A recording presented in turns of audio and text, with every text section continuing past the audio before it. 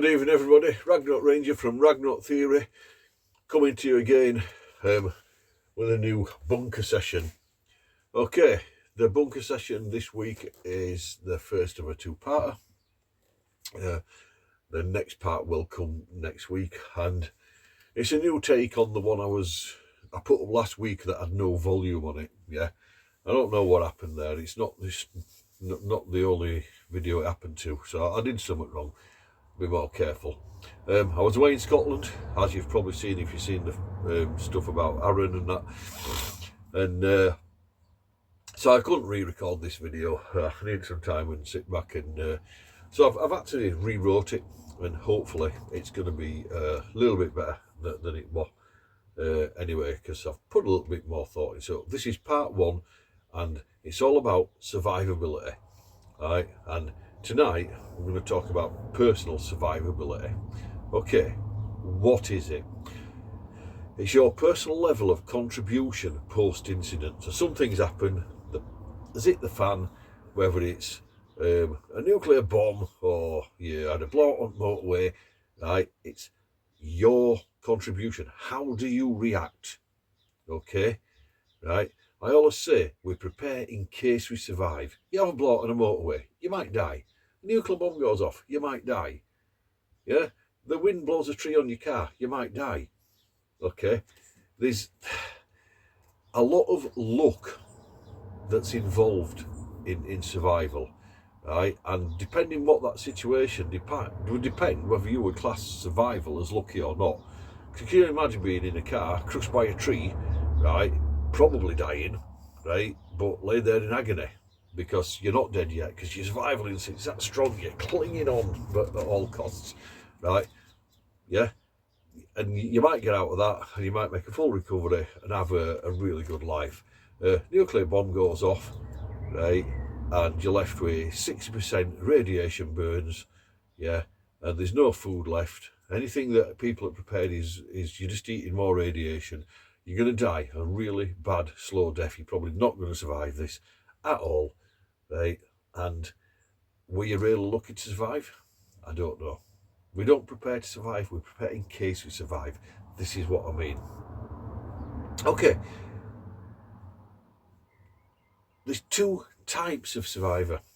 Okay, there's a functional survivor and there's a dysfunctional / non-functional survivor.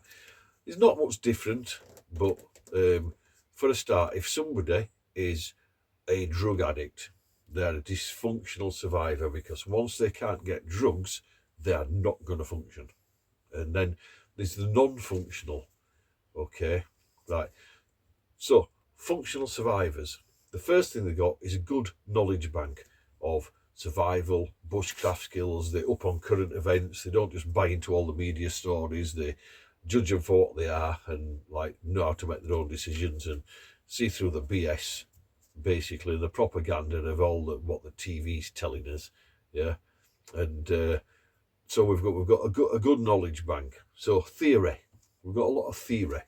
Okay, and we've got good skill sets.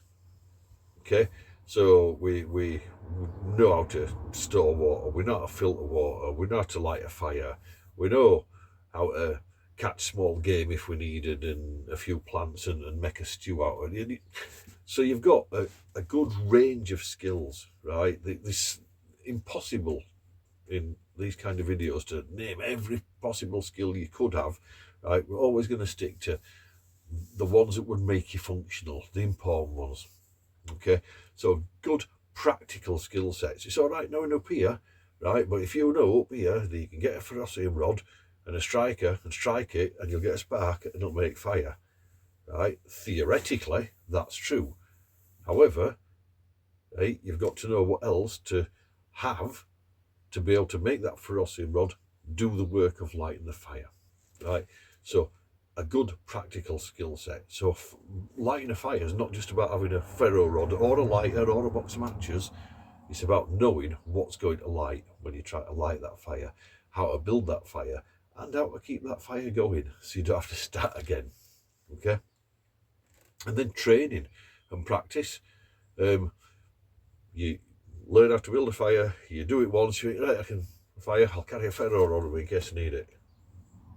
and then 10 years later you need it and you can't do it. Yeah, she never practiced it. Yeah, so this is what makes a good functional survivor. Okay, a dysfunctional survivor or a non-functional. The dysfunctional one I've already mentioned. Yeah, example of somebody who's absolutely addicted to class A drugs, doesn't function without them, and once an event has happened when they cannot get that fix from a hospital, from a doctor, or from a drug dealer, it's just not no ability to get it anymore. They are gonna be a wreck because they're gonna start going through withdrawals. Yeah, so they're not going to function. They're not going to survive. It's just as simple as that. And then there's the non-functional survivors. But these can fall into different categories. So a non-functional survivor is totally unprepared for a start. So they don't listen to any of this kind of content. They don't look at survival skills or bushcraft skills. They don't see it as being a benefit to them or prepping or anything like that. Right. And there could be reasons for that, and the biggest one is because they're totally dependent.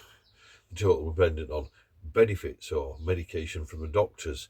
They're dependent on other people because they're in a wheelchair or they have got dementia. There's a lot of people that fall basically into the category of a non-functional survivor. They might survive, but do they have a use? Are they going to be helpful or an hindrance? And this is a reality, guys, what people would face, right, in these situations, right? And it's a hard reality, right? Because until you face it, you don't know how you're going to feel. Because if you can only feed 4 people, but there's 7 and 3 are non-functional, but the others are all still tough, strong, and can keep going, you're going to feed them because they're the ones who are going to keep you alive with them. And I'm sorry, that's ultimately on the scale of a really bad event where there's total collapse and you're not getting food, you're not getting any support from anywhere else, the strong will survive. That is just the reality. And for quite a while that would become a reality. Okay, but then you've got the non-functional survivor who just lacks real world knowledge and has no survival skills or training because they go out to work, they work hard, they have a laugh at work, and they get the money and they go out and they party all weekend and they don't care. The world could end tomorrow, and in their little world, that is not a problem at this point in time, right? Till it happens, and then they become a non-functional survivor. But they're also then become the dangerous ones because when they've got nothing, they're the ones that may still have the ability to try and take from you, the functional survivor. Okay. There's a responsibility level as a functional survivor, and it's very, very simple. Your main responsibility is yourself. If you cannot look after yourself, you cannot look after anybody else. You're no good to them. So your first priority has to be you. Yeah. So if something's happened and there's no one about, there's 3 survivors, yeah, you're still functional, right, and you're bleeding quite badly. One's laid there moaning, but you don't know what's wrong with them, and another one's laid there, and you can tell that they're not in a really good state, but they're still alive. Until you stop the bleeding in yourself, there's no point helping them.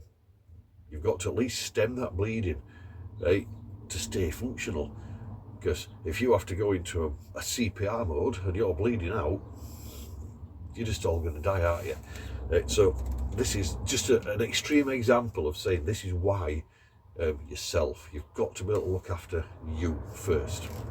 Okay, and then your close family and friends.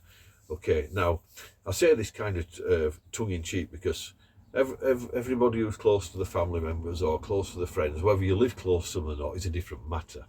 Right, and the reality after an event, if you all live miles apart, of being able to get together and hunker down as a group, it probably ain't going to happen, right? But where in my locality, I keep myself to myself. I don't make friends around here. I'm not interested in neighbours and what they're doing, and I don't give them any reason to be interested in me. I'm not bothered. Right? There's me, there's my partner, and if we ever get another dog, we'll have a dog, which we can eat if we need to. Yeah, you never know. Cruel. Right. So, for me, my immediate is me. Once I know that I'm functional, my partner. Yeah. And that job then is just us two. And how do we survive from here? What do we need to do to survive? Do we need to stay in where we are?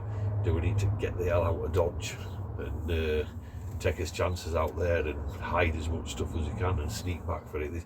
There's loads of things that you would have to contemplate. Okay, but there's one golden nugget here. You owe no one else nothing.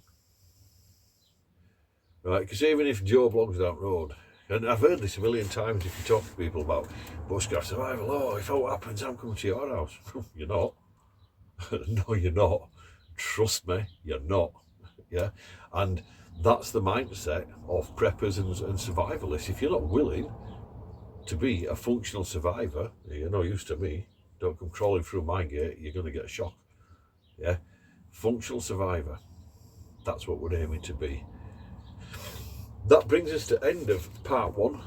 Part two's coming next week, where we'll take a little bit of a deeper dive about personal survivability, and I'm going to give you some pointers. I'm going to tell you my survivability score, and I'm going to give you some pointers how I've worked that out, and so you can do that for yourself if you want.